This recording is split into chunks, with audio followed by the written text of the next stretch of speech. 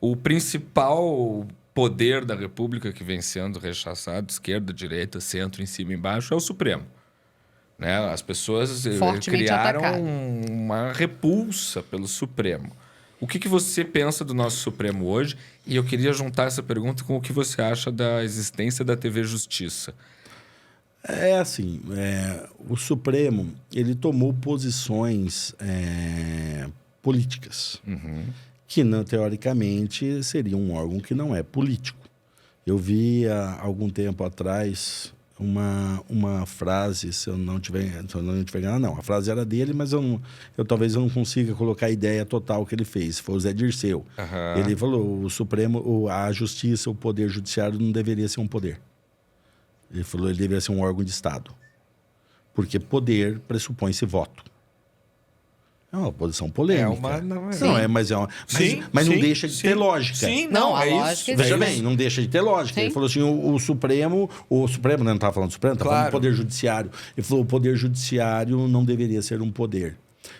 Deveria ser um órgão de Estado. Uma teoria interessante. Porque ele não tem votos. Poder é quem tem voto. Não deixa de ter lógica. Tá.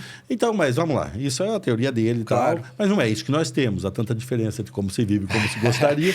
Vamos a como se vive. O poder judiciário é um poder. A República ela é alicerçada em 3 poderes que dão sustentação, harmônicos entre si e independentes.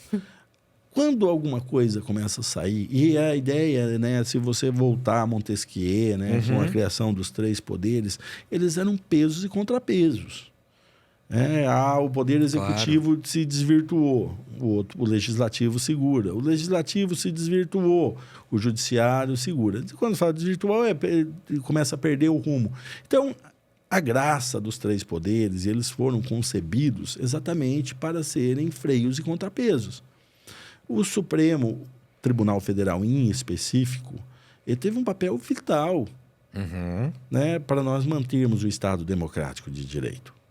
Porque se ele não tivesse, naquele momento, vou falar do 8 de janeiro, não tivesse sido duro... Um horror. É duro. Sim. E é duro para quem é de direito escutar isso, porque...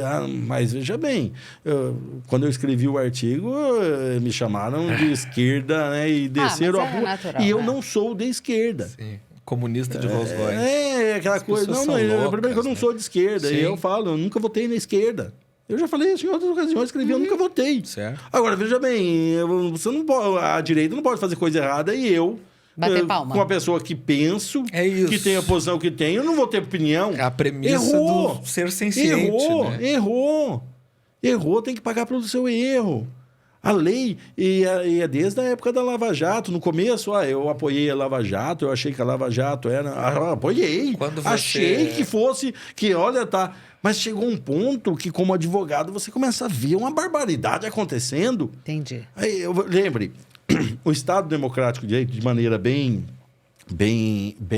simples, mas o Estado Democrático de Direito é o império das leis. A lei é para todos, inclusive para o juiz, para o promotor, para o procurador, para o ministro, para o desembargador. A lei é para todos. Quando mais cedo você citou das biografias que vão sendo compostas maravilhosamente em algum momento. Então, também nós temos um caso, inclusive começando o julgamento hoje. Exatamente. Então, veja bem, o Estado Democrático de Direito, a grosso modo, é o império das leis, certo. Todos se submetem à lei, todos, e existe o devido processo legal. Por que existe o devido processo legal? Para evitar que um inocente pague por um crime que não cometeu. E aí entra o papel do advogado. O advogado ele trabalha em cima para que o devido processo legal seja observado. E se ele não for observado, o réu tem que ser absolvido. Sim. No Estado Democrático de Direito, é melhor 100 culpados na rua do que um inocente preso. É isso. É a liberdade. E aí eu brinco, né? Estou fazendo palestras, às vezes, para estudante de direito. Você sabe, no Estado Democrático de Direito, você pode tudo. Só não pode ser pego. Ele só não pode ser pego. É isso. É assim? Ai, mas Nelson, certo. isso é... Não tô incentivando nada, E tô aí, falando isso como quando eu é, não brinco, né? Nunca viole o 11º mandamento. Qual é? O 11º? Não sejais pego. Não sejais pego. Vamos usar, né?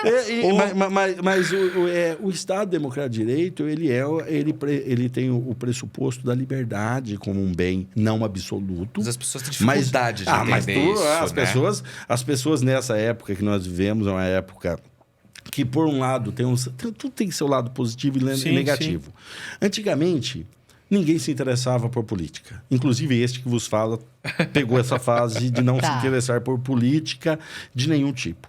Né? As pessoas se interessavam por futebol, ou alguma outra coisa, sabia o time completo, a escalação da seleção brasileira, e hoje sabe a escalação do Supremo, né? Exatamente. Então, não deixa de ser um avanço essa conscientização política.